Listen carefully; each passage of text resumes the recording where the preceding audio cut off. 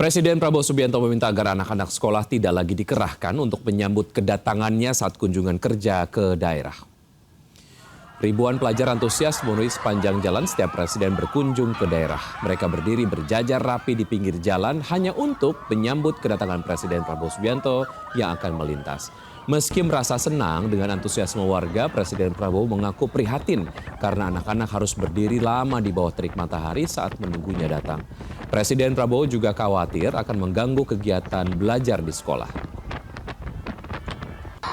Di sini, terima kasih saya disambut oleh rakyat dan banyak anak-anak sekolah. Saya terkesan tapi saya kasihan juga mereka berdiri lama di panas. Sehingga saya minta Sekretaris Kabinet nanti tolong dibuat surat ke semua bupati, wali kota kalau seandainya saya kunjungan kerja, mohon anak-anak sekolah tidak perlu nyambut saya di pinggir jalan. Biarlah mereka di sekolah masing-masing. Pemirsa, zaman sudah ganti. Kalau dulu Bapak dan Ibu guru mengandalkan papan kapur tulis untuk mengajar, sekarang beda lagi. Sebanyak 15.000 sekolah di seluruh Indonesia dapat kiriman papan tulis pintar untuk belajar mengajar. Ada warnanya.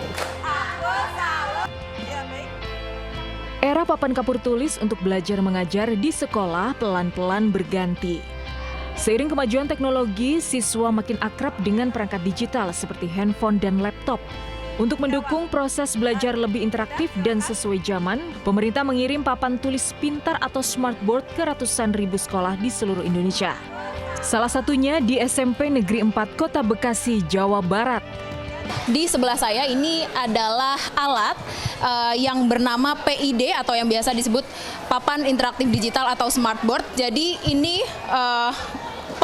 sebagai pengganti papan tulis, kemudian proyektor, kemudian komputer hingga layar presentasi dalam satu unit teknologi atau alat atau fasilitas ini, dan ini merupakan layar sentuh, jadi ini dapat mempermudah dalam proses pembelajaran para siswa-siswi di sekolah secara nasional.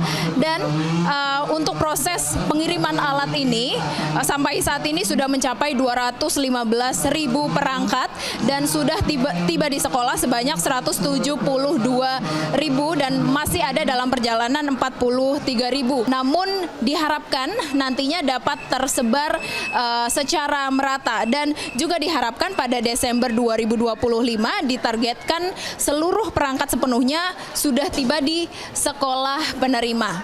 Dari Bekasi, Jawa Barat, Jen Cahyani bersama juru kamera Novan Dwi, iNews melaporkan. Erupsi Gunung Semeru yang tiba-tiba menerjang menyebabkan puluhan rumah dan fasilitas umum di lereng gunung hancur. Sejumlah warga berusaha mengais barang berharganya untuk dibawa ke pengungsian.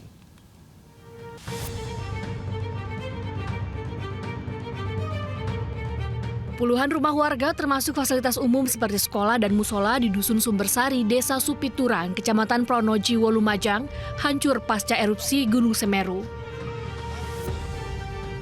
Material lahar berupa batuan dan pasir menimbun bangunan dan akses jalan warga. Sejumlah warga berusaha mengais barang-barang yang masih bisa diselamatkan untuk dibawa ke pengungsian. Pasca erupsi Gunung Semeru, Pemkab Lumajang menetapkan status tanggap darurat bencana hingga 7 hari ke depan atau tanggal 26 November. Selain fokus pada pemulihan bencana, pemerintah juga terus mengantisipasi dampak yang tidak diinginkan, seperti memperketat lokasi masuk zona merah hingga menutup sementara proses penambangan pasir. Sementara itu, hingga kini sejumlah warga terdampak dari 2 kecamatan, yakni Candipuro dan Pronojiwo, masih mengungsi di sejumlah lokasi aman, seperti kantor desa, kantor kecamatan, dan sejumlah sekolah. Sementara itu, pasangan suami istri asal Kediri terkena awan panas erupsi Gunung Semeru. Kedua korban yang tengah berboncengan sepeda motor tidak mengetahui jika terjadi erupsi, hingga nekat melintasi jembatan Besuk Kobokan atau Geladak Perak. Korban mengalami sejumlah luka bakar dan dibawa ke rumah sakit terdekat untuk mendapatkan perawatan medis. Dari Lumajang, Jawa Timur, Rian Nugroho, iNews melaporkan.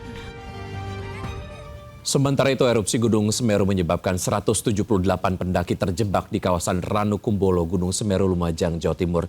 Rencananya para pendaki akan dievakuasi hari ini. Sebanyak 178 pendaki terjebak di Ranukumbolo, Gunung Semeru, Jawa Timur saat erupsi terjadi Rabu sore. Seluruh pendaki berada di sisi utara Gunung Semeru yang jauh dari kawah. Ranukumbolo merupakan danau kawah di atas permukaan laut atau berjarak sekitar 6 jam dari puncak Gunung Semeru via jalur pendakian Kalimati. Rencananya para pendaki akan dievakuasi hari ini. Material lahar dahsyatnya erupsi Gunung Semeru menyapu puluhan rumah warga dan fasilitas umum di lereng gunung. Berikut adalah laporan jurnalis iNews Yayan Nugroho dari Lumajang.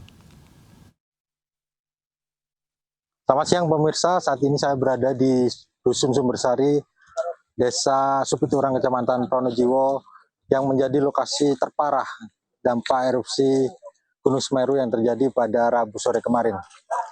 Saya akan memperlihatkan di sini ada banyak material batu pasir yang memenuhi badan jalan desa di Desa Supiturang ini.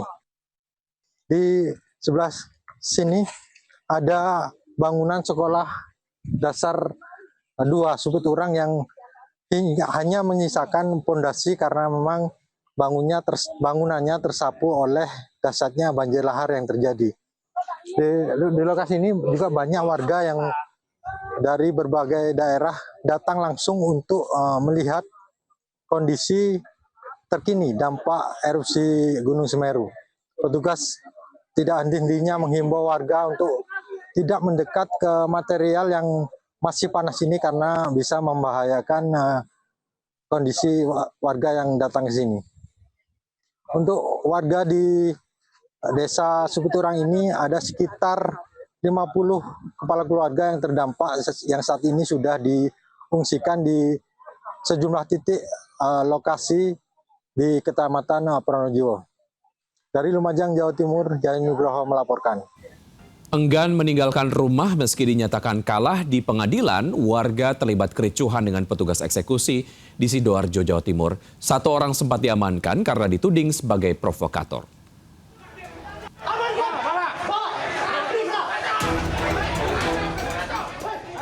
Adu mulut antar warga dan petugas keamanan mewarnai proses eksekusi 38 rumah di Desa Jumputrejo, Kecamatan Sukodono, Sidoarjo, Jawa Timur.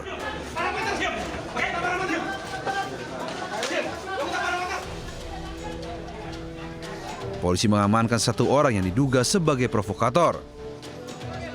Suasana semakin memanas lantaran jurusita bersama buruhnya tetap melanjutkan proses eksekusi lahan seluas 7.798 meter persegi. Menurut Panitera Pengadilan Negeri Sidoarjo, eksekusi ini dilakukan setelah Muhammad Agus Alfian sebagai penggugat menang gugatan atas PT Ciptaning Puri Wardani, yakni pengembang atau pihak yang melakukan pembangunan 38 rumah warga ini.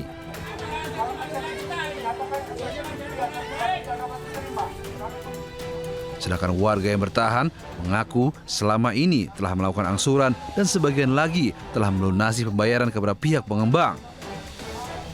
Warga pun bersikukuh untuk tetap menempati rumah mereka. Setelah mediasi yang alot, petugas kemudian melakukan eksekusi rumah yang berada di barisan depan perumahan.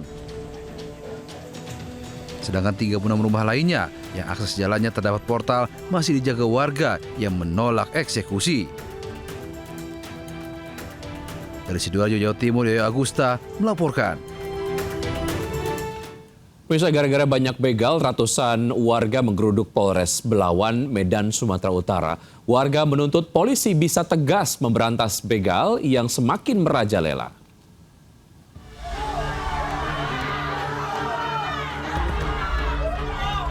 Ratusan warga menggeruduk Polres Pelabuhan Belawan di Jalan Pelabuhan Raya, Kelurahan Bagandeli, Kecamatan Medan, Belawan, Kota Medan, Sumatera Utara. Warga membawa spanduk dan berorasi meminta petugas kepolisian bertindak cepat memberantas begal yang semakin merajalela di kawasan Pelabuhan Belawan. Siti Aisyah, salah seorang pendemo, mengatakan anaknya pernah menjadi korban begal di kawasan Simpang Sicanang Belawan hingga kehilangan ponsel. PLT Kapolres Pelabuhan Belawan AKBP Wahyudi Rahmat berjanji akan mengerahkan personilnya untuk memberantas begal serta mendirikan posko keamanan di titik-titik rawan. Aksi unjuk rasa warga berakhir setelah PLT Kapolres Pelabuhan Belawan bersama perwakilan warga menandatangani surat perjanjian untuk memberantas kejahatan begal di kawasan Pelabuhan Belawan. Dari Medan, Sumatera Utara, Yudar Bahar Ainis melaporkan.